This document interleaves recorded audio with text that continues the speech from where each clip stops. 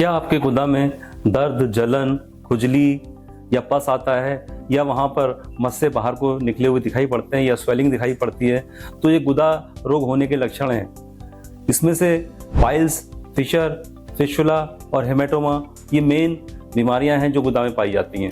Piles जिसे बवासीर भी कहते हैं, और ये दो तरह की होती है, एक आंतरिक और एक बाह्य, इंटरनल एंड एक्सटर्नल।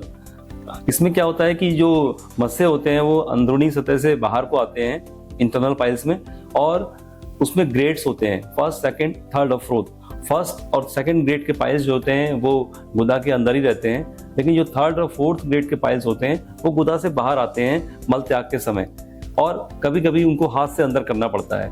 पाइल्स के लक्षणों में मल त्याग के समय पिचकारी या धार के साथ ब्लड आता है, और कभी कभी वहां पर जलन भी महसूस होती है, और मस्से बाहर की तरफ उभरे हुए से दिखाई पड़ते हैं। फिशर जो है उसमें गुदा में क्या होता है कि एक कट लग जाता है।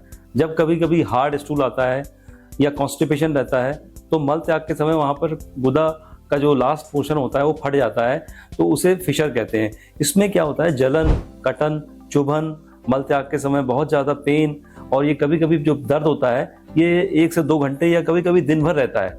फिस्टुला जिसे भगंदर भी कहते हैं, इसमें गुदा के चारों तरफ कहीं पर भी एक गांठ बन जाती है, और उसमें से कभी कभी पस आता है और ब्लड भी आता है, और कभी ये ठीक हो जाता है और कभी आने लगता है। कभी आपने कुछ दवाइयां ले ली तो थोड़ा बहुत ठीक हो गया, उसके कुछ दिन बाद फिर उसमें जब पस भरता है तो फिर वो निकलने लगता है। पस और ब्लड ये बराबर जो है उसमें आते रहते हैं। कभी कभी ये महीनों चलता है, सालों चलता है अगर ट्रीटमेंट ना किया जाए तो।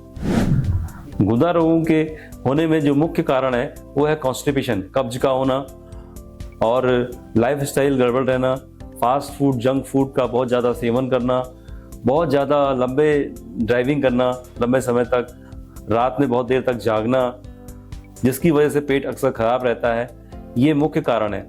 और कुछ कारण ऐसे भी हैं जो आनुवांशिक भी होते हैं, जेनेटिक कारण भी गुदा रोगों को उत्पन्न होने में बहुत बड़ी भूमिका निभाते हैं। गुदा रोगों में जो चिकित्सा बताई गई है आयुर्वेदिक पॉइंट ऑफ व्यू से, उसमें कुछ दवाइयाँ आयुर्वेदिक दी जाती हैं जिससे कि हमारा जो अग्निमांद्य है, अग्नि की चिकित्सा करी जाती है, जिससे कि पेट ठीक रहे, हमारी अग्नि ठीक रहे, और हमारा जो वात पित्त कफ है वो बैलेंस रहे।